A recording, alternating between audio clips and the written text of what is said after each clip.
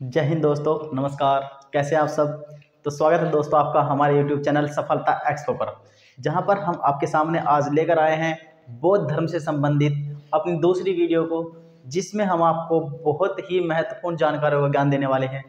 Video शुरू करने से पहले दोस्तों मैं आपसे रिक्वेस्ट करता हूँ, जल्दी आप हमारे चैनल को लाइक कर दीजिए, शेयर कर दीजिए और जिसने अभी तक सब्सक्राइब नहीं किया है वो सब्सक्राइब कर दीजिए और बेल आइकन का बटन जरूर दबाइए।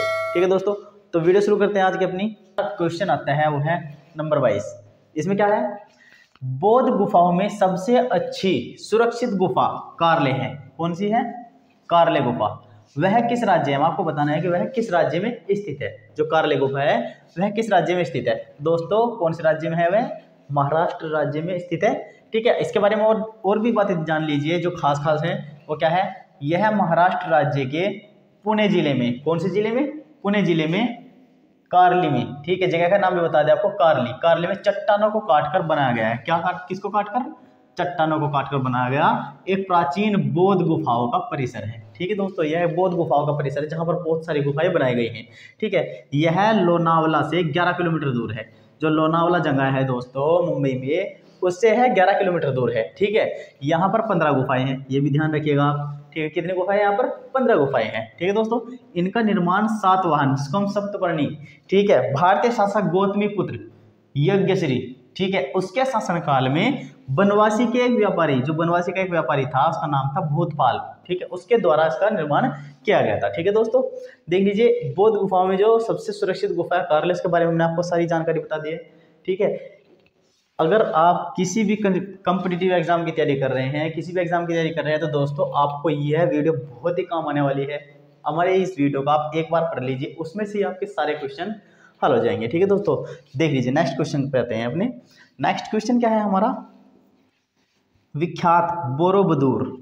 ठीक है, बोरोबुदुर बुद्ध मंदिर कहाँ स्थित है? जो विख्यात है, बहुत अधिक प्रसिद्ध है बोरोबुदुर मंदिर, वह कहाँ स्थित है? ठीक है, तो दोस्तों इसका आंसर हो जाएगा इंडोनेशिया। ठीक है, इंडोनेशिया के जावा प्रांत के मगेलांग में। ठीक है, कहाँ पर स्थित है? इंडोनेशिया के जावा प्रांत के मगेलांग में। ठीक है, मगेलांग एक जगह का नाम है, इंडोनेशिया में ही वहाँ पर स्थित है। अब देखिए इसकी स्थापना कब हुई थी? 750 से 850 ईस्वी पूर्व की स्थापना मानी जाती है।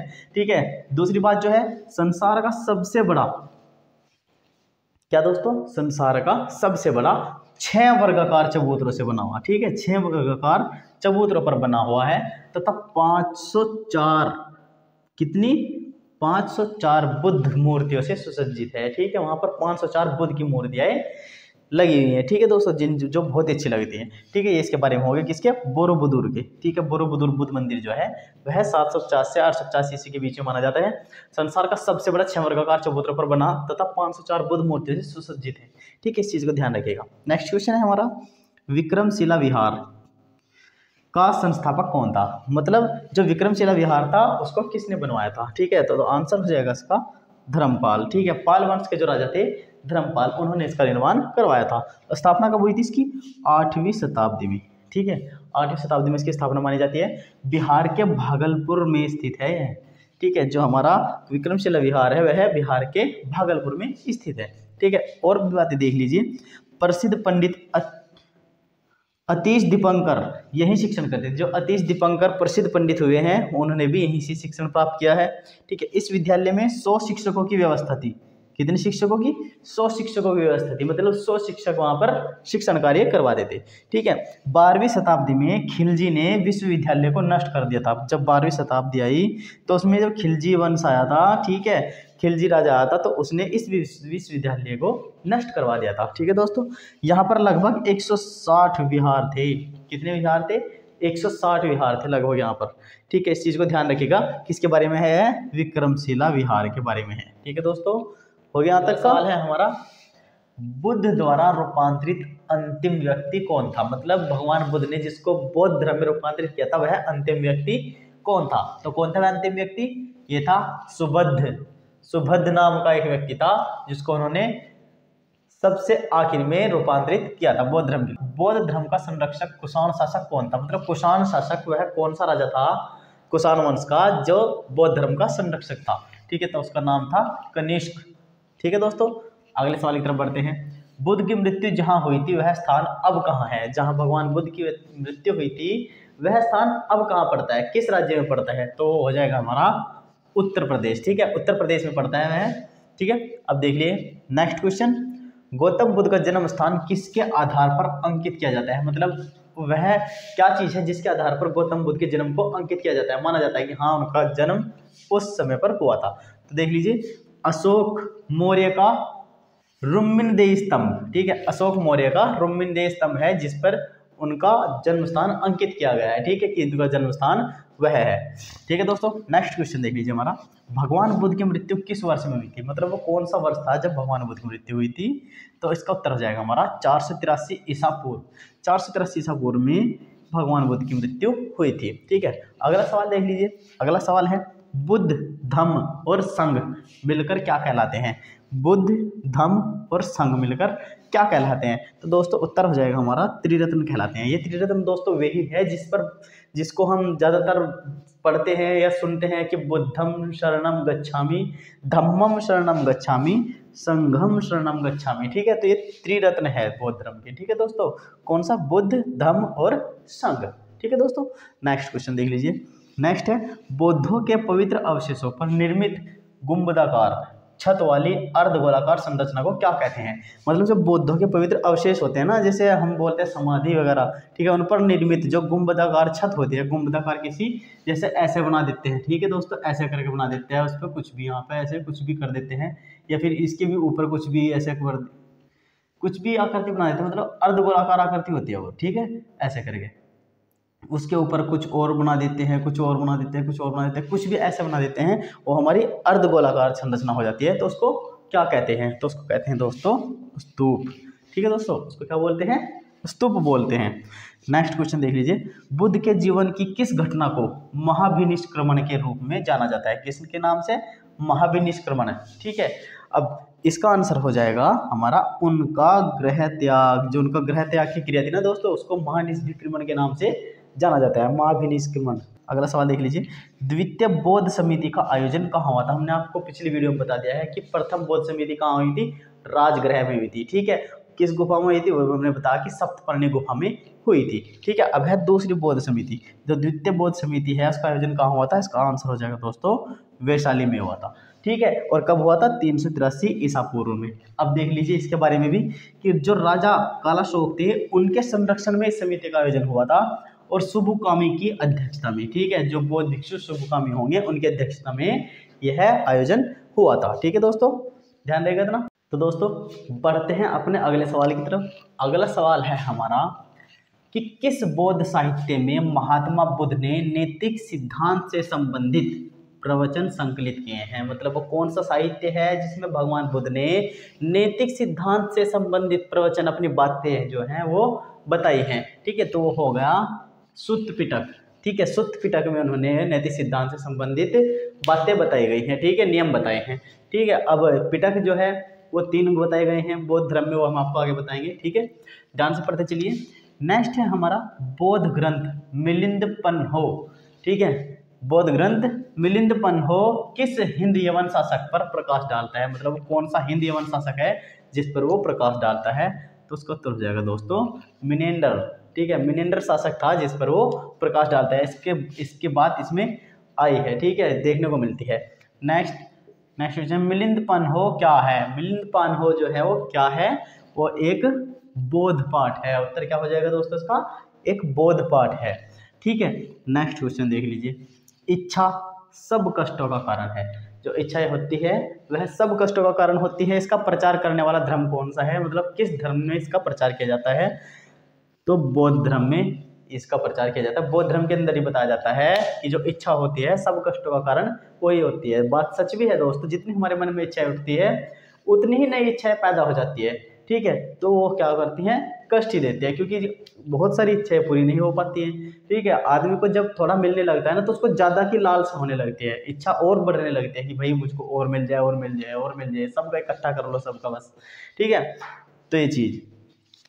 नेक्स्ट क्वेश्चन देख लीजिए, तृतीय बौद्ध परिषद का आयोजन कहाँ किया गया है। जो तीसरा बौद्ध परिषद हुआ था वो कहाँ हुआ था, उसका आयोजन कहाँ हुआ था, देख लीजिए। इसका उत्तर होगा पाटलिपुत्र में। ठीक है, कहाँ आयोजन हुआ था इसका, पाटलिपुत्र में, अशोकाराम विहार में। ठीक है, विहार का नाम भी बता दिया कहाँ पर हुआ था, अशोकराम विहार में, ठीक है, 250 ईसा पूर्व, ठीक है। अब इसके बारे में और तथ्य देख लीजिए, सम्राट अशोक के संरक्षण में तथा मोगालीपुत्र तीस की अध्यक्षता में, ठीक है, जो बौद्ध भिक्षु मोगालीपुत्र तीस थे उनकी अध्यक्षता में हुआ था, और सम्राट अशोक के संरक्षण में हुआ था क्या, तृतीय बौद्ध परिषद, ठीक है।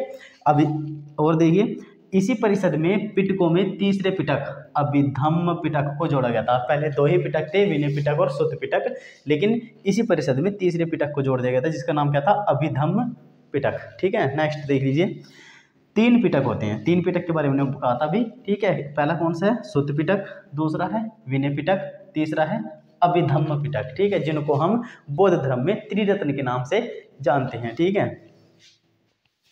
त्रिपिटक के नाम से, जिनको हम बौद्ध धर्म में त्रिपिटक के नाम से जानते हैं, ठीक है दोस्तों। त्रिरत्न हमने बताए थे आपको कौन से थे, बौद्ध, संघ और धम्म, ठीक है, ये क्या है, त्रिपिटक, ठीक है दोस्तों।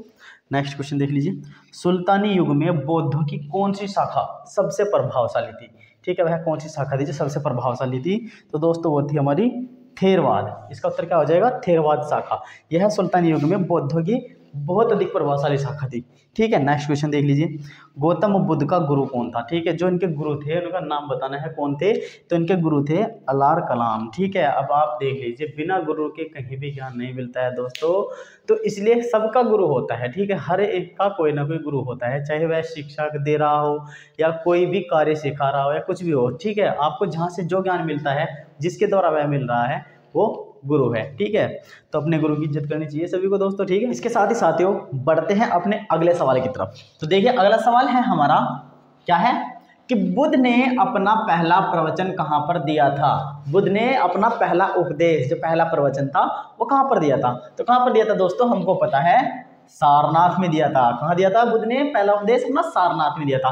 अब सारनाथ कहाँ है, कैसे याद रखोगे, जो सारनाथ है वो यूपी के बनारस जिले के सारनाथ गांव है, ठीक है। उत्तर प्रदेश का जो बनारस है उसमें एक सारनाथ गांव पड़ता है, वहां पर उन्होंने पहला उपदेश दिया था दोस्तों, ठीक है। इसके बारे में देखिए, इस घटना को धम्मचक्र प्रवर्तन के रूप में जाना जाता है। किसके रूप में जाना जाता है दोस्तों, धम्मचक्र प्रवर्तन के रूप में जाना जाता है, उनके पहले उपदेश की घटना को, ठीक है दोस्तों, जहां पर उन्होंने पहला उपदेश दिया था उसी घटना को धम्मचक्र प्रवर्तन के रूप में जाना जाता है। नेक्स्ट सवाल देख लीजिए कि कौन सा पवित्र बौद्ध स्थल निरंजना नदी के तट पर है, निरंजना नदी पर स्थित है, ठीक है।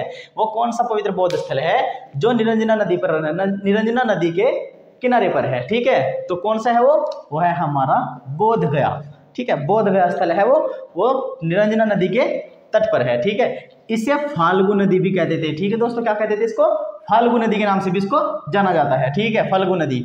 अब देख लीजिए, महात्मा बुद्ध ने निरंजना नदी के तट पर उरुवेला गांव में, कौन से गांव में, उरुवेला गांव में आत्मज्ञान प्राप्त किया और इन्हें तथागत कहा गया, ठीक है। इसलिए इनको तथागत गौतम बुद्ध के नाम से जाना जाता है दोस्तों, ठीक है। किस लिए जाना जाता है वो आपको हमने बता दिया, क्योंकि महात्मा बुद्ध को निरंजना नदी के तट पर जो उरुवेला गांव है, उरुवेला गांव, उसमें आत्मज्ञान प्राप्त हुआ था, तभी से उनको तथागत का नाम दे दिया गया था, ठीक है दोस्तों, बहुत आसान है।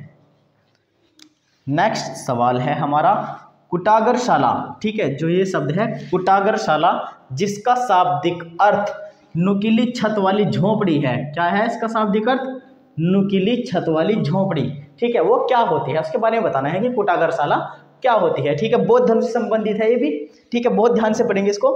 क्या है कि एक स्थान जहां बौद्ध भिक्षुओं के बीच बौद्धिक वाद विवाद होता था उसको कुटागरशाला कहा जाता था, ठीक है दोस्तों। जहां पर एक स्थान पर बौद्ध भिक्षुओं के बीच में कोई भी बौद्धिक वाद विवाद होता था वो कुटागरशाला में होता था, ठीक है।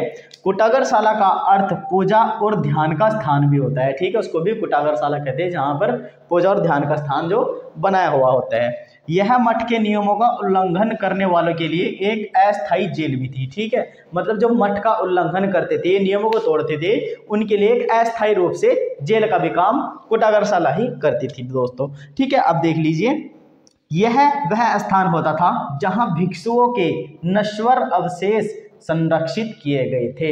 मतलब कुटागरशाला में ही भिक्षुओं के नश्वर अवशेष, जो उनके अवशेष बचे हुए होते थे, उनको संरक्षित करके रखा जाता था, ठीक है दोस्तों। नेक्स्ट, भगवान बुद्ध की प्रतिमा कभी कभी एक हस्त मुद्रा युक्त दिखाई गई है जिसे भूमि स्पर्श मुद्रा कहा जाता है। यह किसका प्रतीक है? ठीक है, तो किसका प्रतीक बताया? वो भार एवं प्रलोभनों के बावजूद अपनी शुचिता और शुद्धता का साक्षी होने के लिए बुद्ध का धरती पर आह्वान। ठीक है, कि भार होते हुए भी, ठीक है, और प्रलोभन, बहुत सारे लालच होने के बावजूद भी अपनी शुचिता शुद्धता का साक्षी होने के लिए बुद्ध का धरती पर आह्वान। 45 है, 45वां सवाल देख लीजिए कि भारत में उत्पन्न सबसे बाद वाला बौद्ध धर्म ग्रंथ, ठीक है, जो सबसे बाद वाला बौद्ध धर्म ग्रंथ है वह कौन सा था? तो देख लीजिए दोस्तों, उसका नाम था वामासात पाक्शिनी ग्रंथ। ठीक है, वामासात पाक्शिनी ग्रंथ, ये है बौद्ध धर्म का सबसे बाद वाला धर्म ग्रंथ था। ठीक है दोस्तों, क्या है हमारा, वो देख लीजिए, वो है हमारा कि बौद्ध भिक्षुओं और उनके शिष्यों के प्रार्थना अथवा सभागृह, प्रार्थना अथवा सभागृह क्या कहलाते थे? मतलब जहाँ पर जो बौद्ध भिक्षुओं के शिष्य होते थे वो प्रार्थना करते थे या फिर कोई सभा करते थे, वह स्थान क्या कहलाते थे? तो वह स्थान क्या कहलाते थे दोस्तों? वह स्थान ही विहार कहलाते थे, विहार। ठीक है, अब देख लीजिए, बौद्ध मठों को जिनमें, ऐसे बौद्ध मठ जिनमें भिक्षु निवास करते हैं विहार कहलाते हैं, जिनमें भिक्षु निवास भी करते हैं वो भी विहारी कहलाते हैं दोस्तों। ठीक है, नेक्स्ट क्वेश्चन है हमारा, चौथी बौद्ध परिषद कहाँ हुई थी? जो चौथी बौद्ध परिषद हुई थी बुद्ध धर्म की, वो कहाँ पर हुई थी? तो उत्तर हो जाएगा इसका कश्मीर के कुंडलवन में। ठीक है, कहाँ पर? कुंडलवन में, कश्मीर के कुंडलवन में। जो कुंडलवन है कहाँ पर स्थित है? कश्मीर में। अब देख लीजिए, कनिष्क के काल में हुई थी, जो राजा कनिष्क थे, ठीक है, उनके शासनकाल में हुई थी और बौद्ध भिक्षु वसुमित्र की अध्यक्षता में हुई थी। कौन सी? हमारी चौथी बौद्ध परिषद। ठीक है, ध्यान रखिएगा।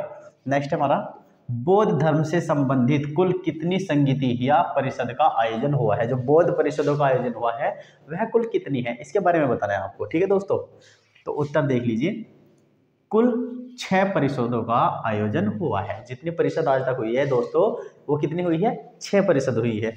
ठीक है, देख लीजिए, प्रथम राजगृह में हुई थी, अजात शत्रु के शासनकाल में हुई थी और बौद्ध भिक्षु महाकाश्यप की अध्यक्षता में हुई थी। कब? 483 ईसा पूर्व। इस एक लाइन में ही हमने बहुत सारे सवालों के जवाब आपको बता दिए हैं। ठीक है, ऐसे ही दूसरी देख लीजिए, द्वितीय कहाँ हुई थी? वैशाली में हुई थी, कालाशोक के शासनकाल में हुई थी और सर्वकामी की अध्यक्षता में हुई थी। बौद्ध भिक्षु सर्वकामी की अध्यक्षता में हुई थी। कब हुई थी? 383 ईसा पूर्व में। ठीक है दोस्तों, नेक्स्ट तीसरी देख लीजिए, कब हुई थी? पाटलिपुत्र में हुई थी, अशोक के शासनकाल में हुई थी, मोगलीपुत्र तिस्सा की अध्यक्षता में हुई थी और 251 ईसा पूर्व में हुई थी। ठीक है दोस्तों, तीसरी भी हो गई। अब चौथी देख लीजिए, चौथी कहाँ हुई थी? अभी हमने पढ़ा है, कश्मीर के कुंडलवन में हुई थी, कनिष्क के शासनकाल में हुई थी और वसुमित्र की अध्यक्षता में हुई थी। कब हुई थी? वो भी देख लीजिए, 72 ईस्वी में हुई थी। ठीक है दोस्तों, यह 72 ईस्वी में हुई थी हमारी चौथी बौद्ध समिति। ठीक है, पांचवी जो बौद्ध संगीति है दोस्तों, म्यांमार के मांडले में हुई थी, बर्मा के राजा के शासनकाल में हुई थी, मिंदन के संरक्षण जगराभिवांसा व सुमंगला स्वामी की अध्यक्षता में हुई थी। इन तीन बौद्ध भिक्षुओं की अध्यक्षता में हुई थी। कब हुई थी? 1871 ईस्वी में हुई थी। ठीक है दोस्तों, अब देख लीजिए, आखिरी जो है छठी बौद्ध संगीति कहाँ हुई थी, कब हुई थी? यह बर्मी सरकार द्वारा की गई थी, प्रधानमंत्री यूनू के नेतृत्व में की गई थी, यूनू के संरक्षण में हुई थी। ठीक है, सन 1954 ईस्वी में रंगून में हुई थी दोस्तों, रंगून बर्मा में ही पड़ता है। ठीक है, वहां पर हुई थी। ठीक है दोस्तों, तो 6 की 6 हमने बौद्ध परिषदों के बारे में आपको बता दिया है। ठीक है दोस्तों, अब नेक्स्ट सवाल है हमारा, बुद्ध ने सर्वाधिक उपदेश कहाँ दिए हैं? इन्होंने सर्वाधिक जो उपदेश है अपने वह कहाँ दिए हैं? तो दोस्तों वो दिए हैं इन्होंने अपने श्रावस्ती में। श्रावस्ती में बुद्ध ने अपने सबसे ज़्यादा उपदेश दिए हैं। ठीक है, अब नेक्स्ट सवाल देख लीजिए, वह स्तूप स्थल कौन सा है जिसका संबंध भगवान बुद्ध के जीवन की किसी घटना से नहीं है? मतलब वह एक स्तूप या वह एक स्थल बताना है जिसका संबंध बुद्ध के जीवन की घटना से नहीं है। ठीक है, तो वह कौन सा है? हमारा सांची का स्तूप है। ठीक है, इसका संबंध बुद्ध की किसी भी घटना से नहीं है दोस्तों। ठीक है, तो कौन सा होगा? वो सांची का स्तूप होगा। ठीक है दोस्तों, सवाल है हमारा कि अशोक ने किस बौद्ध साधु से प्रभावित होकर बौद्ध धर्म अपनाया था। जो सम्राट अशोक थे उन्होंने किस बौद्ध साधु से प्रभावित होकर के बौद्ध धर्म को अपना लिया था। तो कौन थे वो थे उपागुप्त। ठीक है, उपागुप्त साधु थे, वो बौद्ध भिक्षु थे जिनसे उन्होंने प्रभावित होकर के बौद्ध धर्म को अपनाया था। नेक्स्ट सवाल देख लीजिए, भूमि स्पर्श मुद्रा की सारनाथ बुद्ध प्रतिमा किस काल से संबंधित है। दोस्तों वह है हमारी गुप्त काल से संबंधित। ठीक है, नेक्स्ट सवाल देख लीजिए, गौतम बुद्ध कौशाम्बी किसके शासन काल में आए थे। जब गौतम बुद्ध कौशाम्बी में आए थे तो वहां का राजा कौन था। ठीक है, तो उत्तर हो जाएगा इसका हमारा राजा उदयन। ठीक है, राजा उदयन के शासनकाल में भगवान बुद्ध कौशाम्बी आए थे। ठीक है, नेक्स्ट सवाल, बौद्ध संघ में भिक्षुणी के रूप में स्त्रियों के प्रवेश की अनुमति बुद्ध द्वारा कहाँ दी गई थी। मतलब जब बौद्ध धर्म चला था उसमें जो महिलाएं थी उनको भिक्षुणी जो थी भिक्षुणी बनने की अनुमति कहाँ दी गई थी वो बताना है दोस्तों। तो वो कहाँ दी गई थी, वैशाली में अपने प्रिय शिष्य आनंद के अनुग्रह पर। ठीक है, आनंद के कहने पर ही, इनका बहुत प्रिय शिष्य था आनंद, उसके कहने पर ही इन्होंने महिलाओं को भिक्षुणी बनने की अनुमति दी थी। ठीक है दोस्तों, ऐसा कहा जाता है कि जब इनकी माता ने, इनके पिता की मृत्यु के बाद इनकी माता ने भिक्षुणी बनने की इच्छा प्रकट की तो गौतम बुद्ध ने, भगवान बुद्ध ने इनकार कर दिया। ठीक है, तब उन्होंने एक महिलाओं की सभा बुलाई जिसमें सभी महिलाएं भिक्षुणी बनना चाहती थी। ठीक है, और उस सभा में उन्होंने ऐसे तर्क रखे कि जब जो छोटी जाति के लोग हैं, अस्पृश्य जाति के लोग भी भिक्षु बन सकते हैं तो महिलाएं क्यों नहीं, महिलाएं पुरुषों से कम नहीं हैं। ऐसी ऐसी बातें उन्होंने कही और उन्होंने अपने साथ 50 महिलाओं का एक समूह बना लिया। ठीक है, उसके बाद वो वैशाली में आ गई गौतम बुद्ध के पास में। ठीक है, वहाँ वैशाली में आकर के वो गौतम बुद्ध के शिष्य आनंद से मिली और उनसे अपनी बातें कही। तब उनके शिष्य ने गौतम बुद्ध से आकर के सारी बात कही। तब उन्होंने उनकी स्थिति के बारे में विचार करके उनको भिक्षुणी बनने की अनुमति दे दी। क्योंकि दोस्तों उस समय पर, उस काल में महिलाओं की बहुत ही दयनीय स्थिति थी। ठीक है, तो उनकी स्थिति को देखते हुए गौतम बुद्ध ने उनको भिक्षुणी बनने की अनुमति प्रदान कर दी। ठीक है दोस्तों, नेक्स्ट सवाल देख लीजिए हमारा, बौद्ध दर्शन में कल्याण मंत्र क्या है। जो बौद्ध दर्शन है उसमें कल्याण मंत्र क्या है, कैसे कल्याण हो सकता है। ठीक है, तो उत्तर हो जाएगा इसका अष्टांगिक मार्ग जो है वही कल्याण का मार्ग है। ठीक है, देख लीजिए अब जो अष्टांगिक मार्ग है, अष्टांगिक मार्ग में 8 मार्ग बताए गए हैं, वो देख लीजिए कौन कौन सा। पहला है हमारा सम्यक दृष्टि। सम्यक दृष्टि किसे कहते हैं दोस्तों, 4 आर्य सत्य में विश्वास करना ही सम्यक दृष्टि है। जो 4 आर्य सत्य हैं उन पर विश्वास करना ही सम्यक दृष्टि है। वो 4 आर्य सत्य भी हम आपको बताएंगे। ठीक है, दूसरा है सम्यक संकल्प। ठीक है, सम्यक संकल्प में कौन सी बात आती है कि मानसिक व नैतिक विकास की प्रतिज्ञा करना। ठीक है, अपना मानसिक विकास और नैतिक विकास करना ही सम्यक संकल्प कहलाता है। ठीक है, अब है सम्यक वाक। सम्यक वाक में क्या है, हानिकारक बातें और झूठ न बोलना। मतलब जो ऐसी बातें जो किसी को दुख पहुंचाए और झूठ ना बोलना। ठीक है, ये आपके सम्यक वाक में आते हैं। दूसरा है सम्यक कर्म। ठीक है, हानिकारक कर्म ना करना, मतलब ऐसा कोई भी काम ना करना जिससे दूसरों को कष्ट पहुंचे। ठीक है दोस्तों, वो सम्यक कर्म है। सम्यक आजीविका, कोई भी हानिकारक व्यापार ना करना, मतलब कोई भी ऐसा व्यापार नहीं करना जिससे आपको अपना लाभ हो जाए और दूसरे का नुकसान हो जाए। अपना स्वार्थ सिद्ध नहीं करना है, वही सम्यक आजीविका है, ऐसा जीवन जीना है। ठीक है, सम्यक व्यायाम। सम्यक व्यायाम से क्या मतलब है दोस्तों, अपने आप सुधरने की कोशिश करना। ठीक है, अपने शरीर में अपने आप ही सुधार करना, वो क्या है, सम्यक व्यायाम। सम्यक स्मृति। सम्यक स्मृति क्या होता है दोस्तों, स्पष्ट ज्ञान से देखने की मानसिक योग्यता पाने की कोशिश करना। स्पष्ट ज्ञान से देखने की, ठीक है, एक बिल्कुल सच्चे ज्ञान से देखने की अपनी मानसिक योग्यता को पाने की कोशिश करना ही सम्यक स्मृति है। अब है सम्यक समाधि। नंबर 8 है सम्यक समाधि। 8वां, निर्वाण पाकर स्वयं की मुक्ति होना। ठीक है, ऐसा मार्ग ढूंढना, जब आप इन सभी मार्ग को पूरा कर लोगे तो आपको सम्यक समाधि प्राप्त हो जाएगी। मतलब आपको ऐसा रास्ता मिल जाएगा जिससे आपको मुक्ति मिल जाए। ठीक है, तो सम्यक समाधि होगी, इसीलिए इसको अष्टांगिक मार्ग कहा गया है। जो इनको पूरा कर लेता है उसको मोक्ष की प्राप्ति हो जाती है। ठीक है दोस्तों, नेक्स्ट सवाल देख लीजिए। नेक्स्ट सवाल क्या है कि बौद्ध संघ के नियम मूलतः किस पुस्तक में दिए गए हैं। जो बौद्ध संघ के जो नियम है वह किस पुस्तक में दिए गए हैं कि यह नियम है, ऐसे नियम है। ठीक है दोस्तों, तो उत्तर क्या हो जाएगा इसका, उत्तर हो जाएगा हमारा विनय पिटक। ठीक है, जो ये नियम है बौद्ध संघ के वो विनय पिटक ग्रंथ में दिए गए हैं। ठीक है दोस्तों, वेरी गुड। अगला सवाल है हमारा कि बौद्ध धर्म के 4 आर्य सत्य क्या हैं। वो 4 आर्य सत्य क्या है जो बौद्ध धर्म में बताए गए हैं, वो देख लीजिए दोस्तों। उत्तर है हमारा नंबर 1 दुख। दुख, संसार में दुख है। पहला आर्य सत्य ये है कि संसार में दुख है। दूसरा आर्य सत्य क्या है दोस्तों, समुदय। समुदय का अर्थ क्या होता है, दुख के कारण है। ठीक है, दूसरा आर्य सत्य क्या है कि दुख के कारण होते हैं, वो कुछ भी हो, चाहे मनुष्य की इच्छा हो जो कभी खत्म नहीं होती है। ठीक है, तृष्णा, हर चीज की भूख लगी रहती है, जितना मनुष्य को मिलता है वो भी उसके लिए कम होता है, उसकी इच्छा और अधिक पाने की होती है कि ये भी मिल जाए, वो भी मिल जाए, यहाँ से मिल जाए। ठीक है, तो जो तृष्णा होती है ना मनुष्य की, वही दुख का कारण होती है। ठीक है, अब देख लीजिए निरोध। निरोध का अर्थ क्या होता है, दुख के निवारण है। ठीक है, कि दुख के निवारण भी हैं।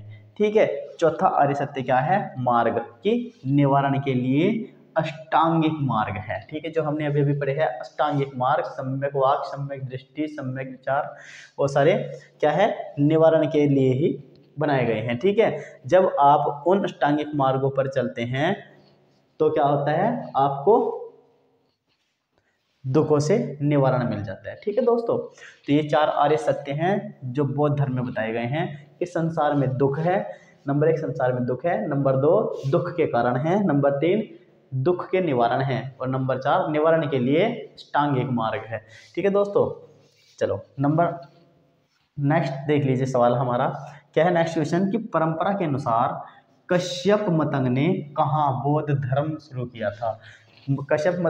कश्यप मतंग ने कहाँ पर बौद्ध धर्म को शुरू किया था, तो उत्तर हो जाएगा इसका दोस्तों चीन में। ठीक है, इन्होंने चीन में ही बौद्ध धर्म को शुरू किया था। किसने, कश्यप मतंग ने।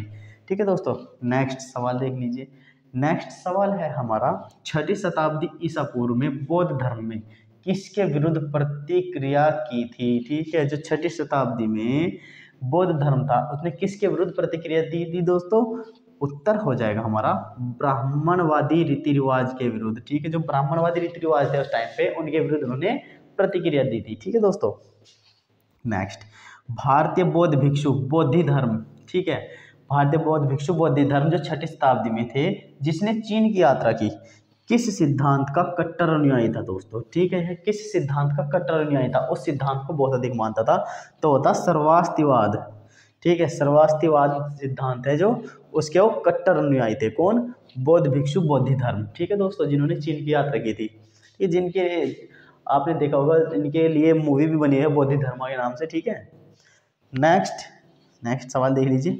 महायान बौद्ध धर्म में किसको भावी बुद्ध माना है। जो महायान संप्रदाय है बौद्ध धर्म का, किसको भावी बुद्ध माना है, उत्तर हो जाएगा हमारा मैत्रेय को। ठीक है, इन्होंने मैत्रेय को भावी बुद्ध माना है।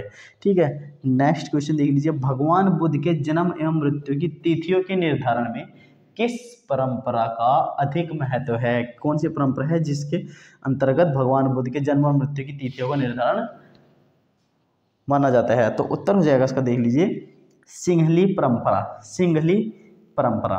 ठीक है, इसमें क्या है, महावंश और दीपवंश।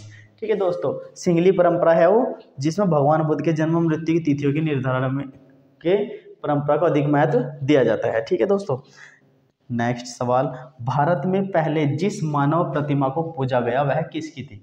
ठीक है, भारत के अंदर जिस मानव प्रतिमा को पहले पूजा गया दोस्तों, मानव प्रतिमा को, ठीक है, जो आय बनाई हुई होती हैं, इन मानव प्रतिमा को जिसमें सबसे पहले पूजा गया वह किसकी थी, उत्तर हो जाएगा हमारा भगवान बुद्ध की थी। ठीक है दोस्तों, ब्रह्मा शिव इनसे पहले सबसे पहले किसकी पूजा करेगी प्रतिमा की, भगवान बुद्ध की। ठीक है, भारत में।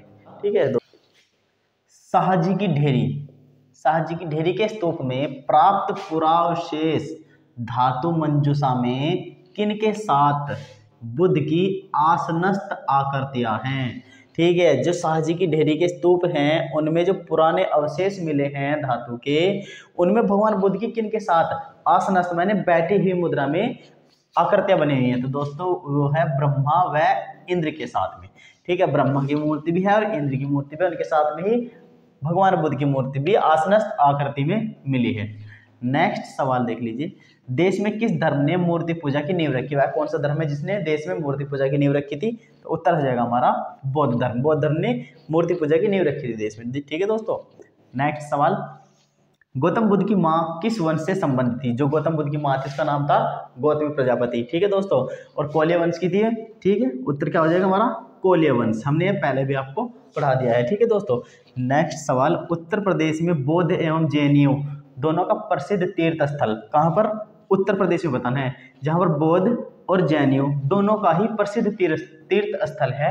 तो वह स्थान कौन सा है दोस्तों? वह है कौशाम्बी, ठीक है दोस्तों। नेक्स्ट सवाल, किस राज परिवार की महिलाएं बौद्ध धर्म को प्रश्रय देती थी जबकि पुरुष प्राय वैदिक धर्म का पालन करते थे? जो महिलाएं थी वो तो बौद्ध धर्म की अनुयायी थी, बौद्ध धर्म को मानती थी, और पुरुष क्या थे? वैदिक धर्म का पालन करते थे। तो वह कौन सा राज परिवार था? इक्ष्वाकु राज परिवार, ठीक है दोस्तों। नेक्स्ट देख लीजिए, अफगानिस्तान का बामियान किस लिए प्रसिद्ध है? जो अफगानिस्तान का बामियान है वह किस लिए प्रसिद्ध है? हमने अपनी पहली वीडियो में आपको पढ़ा दिया है। तो यह बुद्ध प्रतिमा के लिए प्रसिद्ध है, ठीक है, बुद्ध की प्रतिमाओं के लिए बहुत प्रसिद्ध है, ठीक है दोस्तों।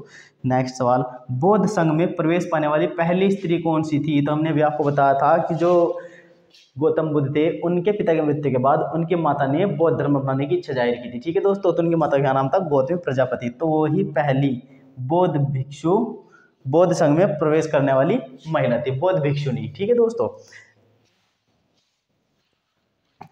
नेक्स्ट, बोध गया में बोधि वृक्ष अपने वंश की किस पीढ़ी का है? ठीक है, जो बोधि वृक्ष है वह अपने वंश की किस पीढ़ी का वृक्ष है? तो दोस्तों उसका आंसर हो जाएगा हमारा पंचम पीढ़ी का, ठीक है, पांचवी पीढ़ी का वृक्ष है वह अपनी पीढ़ी का दोस्तों। नेक्स्ट सवाल है हमारा, विश्व का सबसे ऊंचा कहे जाने वाला विश्व शांति स्तूप, ठीक है, जो विश्व का सबसे ऊंचा कहा जाने वाला विश्व शांति स्तूप है बिहार में कहाँ पर है?